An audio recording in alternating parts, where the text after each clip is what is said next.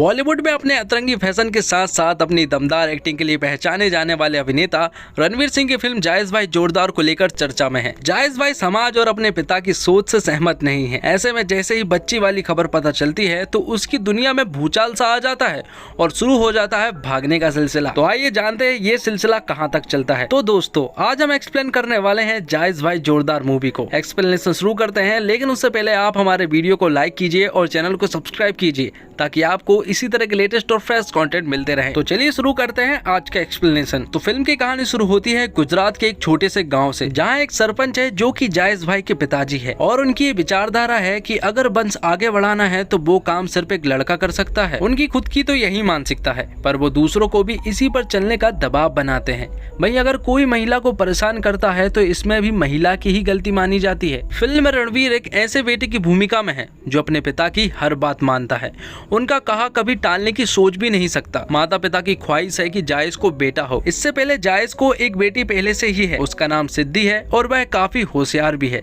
लेकिन उसके माता पिता उसे बिल्कुल भी पसंद नहीं करते हैं। अब बस जायज को तो यही चिंता सता रही है कि इस बार भी अगर उसे बेटा नहीं हुआ तो क्या होगा। और इससे कहीं ज्यादा चिंता उसकी पत्नी मुद्रा को भी है, और मुद्रा एक बार फिर से प्रेग्नेंट है, इसलिए वह सभी लोग हॉस्पिटल आए हैं ये जानने के लिए कि आखिर उसके पेट में लड़का है या फिर लड़की। और यहाँ पर डॉक्टर उनसे पूछती है कि आखिर मुद्रा का कितनी बार अबॉर्शन आप करवा चुके हैं। तो यहाँ पर हमें पता चलता है कि मुद्रा का 5 बार अबॉर्शन हो चुका है, क्योंकि 5 बार भ्रूण परीक्षण के दौरान उन्हें पता चलता है कि मुद्रा के पेट में लड़की ही है, इसलिए वह लोग भ्रूण की हत्या करवा देते हैं। यहाँ पर डॉक्टर उनसे कहती है कि मुद्रा अब कमजोर पड़ चुकी है, एक बार और अगर उसका अबॉर्शन हुआ तो उसकी जान भी जा सकती है। जायज के पेरेंट्स के सामने डॉक्टर ने तो कुछ नहीं बताया था, लेकिन यहाँ पर डॉक्टर जायज को बता देती है कि उसके पेट में लड़की ही है। और जायज बहुत अच्छे से जानता है कि जैसे ही उसके परिवार को पता चलेगा कि उसके पेट में लड़की है तो वह उसे इस दुनिया में आने ही नहीं देंगे, इसलिए वह फैसला करता है कि वह अपनी आजन्मी बेटी के साथ अन्याय नहीं होने देगा और उसे दुनिया में लाएगा। जायज के माँ बाप कई सारे हथकंडे अपनाते हैं,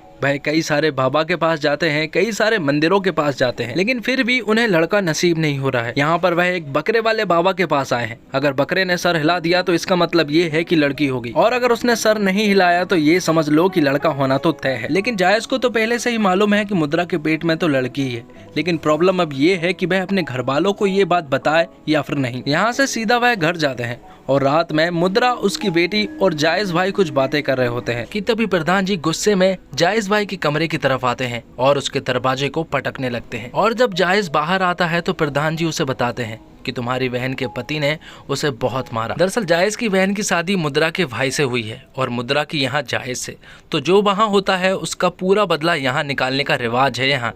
इसलिए प्रधान जी जायज से कहते हैं कि वह भी जाके मुद्रा को मारे और उसे सबक सिखाए। अब जायज भी भला क्या करता, वह अपनी पिता की बातों को टाल तो नहीं सकता था, इसलिए वह कमरे में जाता है और झूठ मूठ का मुद्रा पे हाथ उठाने लगता है। मुद्रा यहाँ पर झूठ मूठ की आवाज कर रही होती है, जिसका साथ उसकी बेटी सिद्धि भी दे रही होती है। यहाँ पर जायज के पेरेंट्स घबरा जाते हैं, उन्हें ऐसा लगता है कि जायज ने अपनी पत्नी को शायद बहुत मारा और उन्हें ये डर था कि अगर वह उसे पूरा ही मार देंगे तो उसका आगे का वंश कैसे बढ़ेगा, इसलिए वह जायज को उसे मारने से रोकते हैं। अब ये सब हो जाने के बाद रात को मुद्रा और जायज आपस में बात कर रहे होते हैं। यहाँ पर जायज मुद्रा से कहता है कि अब चाहे जो भी हो जाए, लड़का हो या फिर लड़की, वह उसे इस दुनिया में लेकर आएगा। अगले दिन पंचायत की सभा होती है जहाँ पर कई सारे लोग मौजूद थे।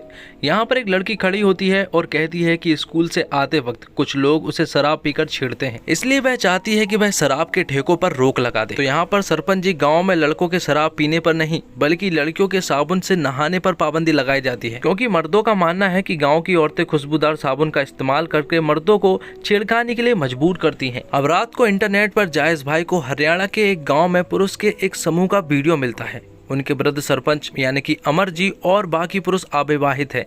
ऐसा इसलिए क्योंकि गांव वालों द्वारा बेरहमी से कन्या भ्रूण हत्या करने के बाद गांव में लड़कियां नहीं बची हैं।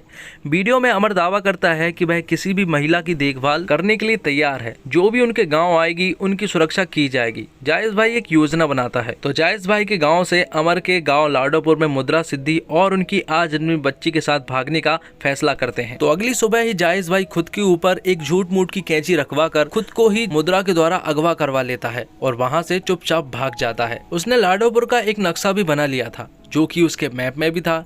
यहाँ पर वह मुद्रा से कहता है कि वह लोग उनके पीछे जरूर आएंगे, इसलिए वह लोग सीधा लाडोपुर जाएंगे और वह यहीं पर रुक के उनका ध्यान इधर उधर करेगा। जायज भाई का एक ढाबे का दोस्त भी था। यहाँ से मुद्रा और उसकी बेटी सिद्धि डायरेक्ट वहीं पर जाने वाले हैं और जायज भाई यहाँ पर रुककर उसके घर वालों को संभालेगा। और जैसे ही उसके घर वाले आते हैं तो वह उन्हें बताता है कि वह लोग चले गए हैं और यहाँ पर वह झूठ मूठ का गुस्सा भी करता है, अपना मोबाइल भी तोड़ लेता है और उनसे कहता है कि आज के बाद उसकी शक्ल वह कभी भी नहीं देखेगा। और जैसे ही जायज को पता चलता है कि उसके पिता के हाथ उसका नक्शा लग चुका है तो वह तुरंत ही एक प्लान बनाता है और टॉयलेट के बहाने गाड़ी रोकने को कहता है। थोड़ी दूर जाने के बाद जब वह गाड़ी रोकते हैं तो उसके पास तो उसका मोबाइल नहीं था, इसलिए वह उसके पिता के एक साथी का मोबाइल लेता है और जैसे ही वह वॉशरूम में जाता है तुरंत ही उसके पीछे पीछे उसका पिता भी आ जाता है और उसे तुरंत ही अपने साथ लेकर चला जाता है। इसलिए जायज मुद्रा से तो कांटेक्ट नहीं कर पाता है और यहाँ पर जायज के पिता उसे अपने साथ भी ले जा लेते हैं। यहाँ से सरपंच जी उसी ढाबे वाले के पास पहुँचते हैं जो कि जायज का दोस्त था और जैसे ही वह लोग पहुँचते हैं यहाँ पर मुद्रा और सिद्धि चुपचाप ही वहाँ छिप जाते हैं। लेकिन जब उन्हें पता चलता है कि उनका मोबाइल यहीं पर रखा हुआ है तो सरपंच जी को अब ये कंफर्म हो चुका था कि वह लोग यहीं पर छिपे हुए हैं, इसलिए मुद्रा और सिद्धि वहाँ से भाग जाते हैं और उन्हें भागता हुआ वह लोग देख लेते हैं और वह लोग उनका पीछा भी करने लगते हैं। थोड़ी दूर जाने के बाद वहाँ पर एक काली बिल्ली उनका रास्ता काट देती है और रास्ता काटना तो उनके लिए बहुत ज़्यादा अशुभ है, इसलिए कोई भी आगे नहीं जा पाता है। वहाँ पर वह लोग 10 कदम पीछे जाते हैं, जिसके बाद जैसे वह पलटते हैं तो पीछे तो उन्हें कोई भी नजर नहीं आता है। सरपंच जी को बहुत अच्छे से मालूम था कि मुद्रा कहाँ पर जाएगी, इसलिए वह पहले ही उसके पिता के घर जाकर बैठ जाते हैं। वहाँ पर वह मुद्रा का इंतजार कर रहे होते हैं और थोड़ी देर के बाद वहाँ पर मुद्रा और सिद्धि दोनों ही आ जाते हैं और उन्हें इस तरह देखकर जायज पूरी तरह से शॉक्ड रह जाता है, क्योंकि उसे मालूम था कि वह लोग एक बहुत बड़ी प्रॉब्लम में फंस चुके हैं। यहाँ पर सरपंच जी जायज से कहते हैं कि वह सभी के सामने अपनी पत्नी को मारे, क्योंकि वह चाहता है कि वह सबके सामने उसे सजा दिलवाए। और जैसे ही जायज उसे मारने ही वाला होता है कि तभी वहाँ पर सभी लोग बेहोश हो जाते हैं। दरअसल जायज ने अपनी बहन से कहलवाकर उन सभी की शरबत में कुछ बेहोशी की दवा मिला दी थी, जिससे वह सभी लोग बेहोश हो जाते हैं और जायज अपने भागने का सिलसिला जारी रखता है। यहाँ से वह एक भले आदमी के घर पहुँचते हैं। वह उन्हें रहने के लिए पनाह देता है और उन्हें ढेर सारा खाना भी देता है। और फिर थोड़ी ही देर के बाद उन्हें पता चलता है कि जिस आदमी ने उन्हें रहने के लिए घर और खाने के लिए खाना दिया है वो ये सब पैसों के लिए कर रहा है, क्योंकि मुद्रा के ऊपर 5 लाख का इनाम था, इसलिए उसने जायज के पिता के पास कॉल कर दिया था और उन्हें यहाँ पर बुला लिया था। वह लोग जैसे ही यहाँ पर आते हैं तो वह तुरंत ही जायज को बहुत मारते हैं। सिद्धि यहाँ पर सोशल मीडिया के द्वारा लाइव रिकॉर्ड करती है और सबसे मदद मांगने की कोशिश करती है, लेकिन तभी जायज कार से एक पैनी सी चीज निकालता है और उसे अपने मेन पॉइंट पर रखता है और कहता है कि अगर वह लोग पीछे नहीं हटे तो वह इसे काट देगा, जिससे तुम्हारा वंश तो कभी भी आगे नहीं बढ़ पाएगा। इसलिए ना चाहते हुए भी उन सभी को पीछे होना ही पड़ता है और यहाँ पर जायज तुरंत ही एक कार लेकर वहाँ से भाग निकलता है। वह जैसे ही वहाँ से निकलते हैं तो वह खुद की ही गलती बताने लगते हैं और कहते हैं कि उसी के अंदर कुछ खराबी होगी, इसलिए वह उन्हें लड़का नहीं दे पा रहा था।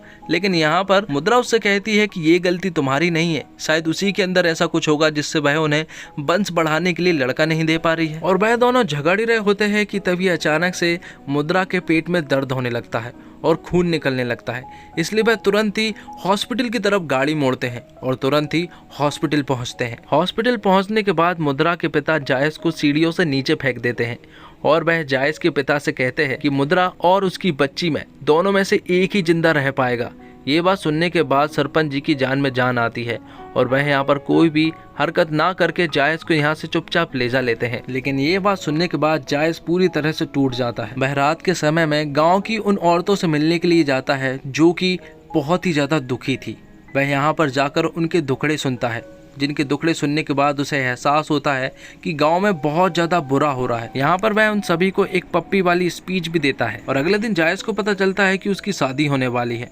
और जब वह अपनी माँ को ये बात बताता है कि वह शादी नहीं करना चाहता तो उसकी माँ उसे खुद की कसम दे देती है और कहती है कि उसे घोड़ी पर तो बैठना ही होगा। और जैसे ही अगले दिन उसकी शादी होने वाली होती है कि तभी उसकी बहन उसे चिल्लाते हुए कहती है कि मुद्रा की डिलीवरी होने वाली है, इसलिए वह अपनी माँ से कहता है कि उसने उसकी कसम नहीं तोड़ी है। वह घोड़ी पर बैठ गया पर वह शादी नहीं करने वाला, इसलिए वह उसकी पट्टियाँ खोल देती है और यहाँ पर जायज घोड़ी लेकर ही हॉस्पिटल पहुँच जाता है। वह तुरंत ही ऑपरेशन रूम में पहुँच जाता है और मुद्रा के साथ बैठ जाता है। यहाँ से पीछे पीछे जायज भाई के पिता भी पहुँच जाते हैं और जैसे ही वह हॉस्पिटल के अंदर घुसने ही वाले होते हैं कि तभी लाडोपुर के लोग वहां पर पहुंच जाते हैं और उनके सामने दीवार बनकर खड़े हो जाते हैं। उन्होंने कसम खाई थी कि वह ना तो किसी को मारने देंगे और ना ही वह किसी को मारेंगे। यहाँ पर लेडीज पार्टी भी पहुंच जाती है जो कि मर्दों का विरोध करती है।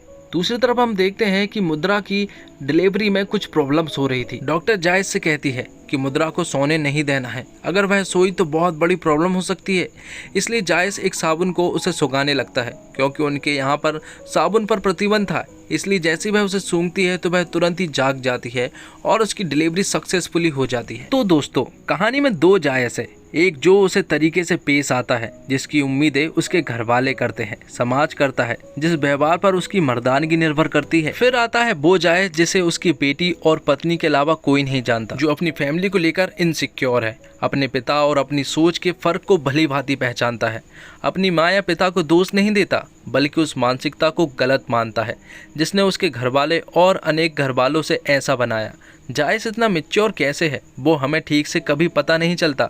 बाकी इस कहानी को देखकर काफी लोग को शिकायत हो सकती है कि यह नया क्या है, फिर से महिलाओं से जुड़ा सोशल मैसेज और फिर से एक पुरुष जो उनका तारणहार बनकर आया है। बस इसी पार्ट पर आपका सोचना गलत हो सकता है। जायज किसी भी पॉइंट पर टिपिकल हीरो की तरह पेश नहीं आता कि वैसे तो सीधा साधा हो पर मुसीबत आने पर वह एक एक्शन मोड में आ जाए। ये वैसी कहानी है ही नहीं।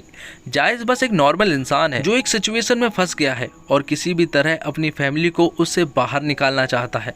उसके पास हर सवाल का जवाब नहीं, ना ही उसके पास प्लान परफेक्ट है। वो अपने साथ कोई स्वैग कैरी नहीं करता, अपने परिवार को बचाने की कोशिश में भले ही करता है। जायज की हर कदम पर मदद करने वाली, उसे प्रेरणा देने वाली भी महिला ही होती है, फिर चाहे वो उसकी छोटी बेटी हो या फिर उसकी बहन।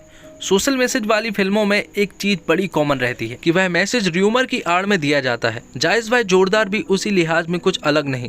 फर्स्ट हाफ में लगभग हर दूसरे सीन में र्यूमर क्रिएट करने की कोशिश की गई है, कभी वो लैंड करता है तो कभी नहीं। रणवीर की अदाकारी पर बात करना कोई स्पॉइलर नहीं होगा। रणवीर सिंह की एक इमेज है कि वो हिंदी मेन स्ट्रीम सिनेमा के गिरगिट है, हर फिल्म में अलग लगते हैं। जायज भाई जोरदार में भी उनको देखकर यही लगेगा। तो दोस्तों, उम्मीद करता हूँ आपको ये वीडियो पसंद आई होगी। वीडियो अगर जरा सा भी अच्छा लगता है तो वीडियो को लाइक जरूर कीजिएगा और चैनल को भी जरूर से जरूर सब्सक्राइब कीजिएगा ताकि आपको इसी तरह के लेटेस्ट और फ्रेश कंटेंट मिलते रहे। धन्यवाद। जय हिंद, जय भारत।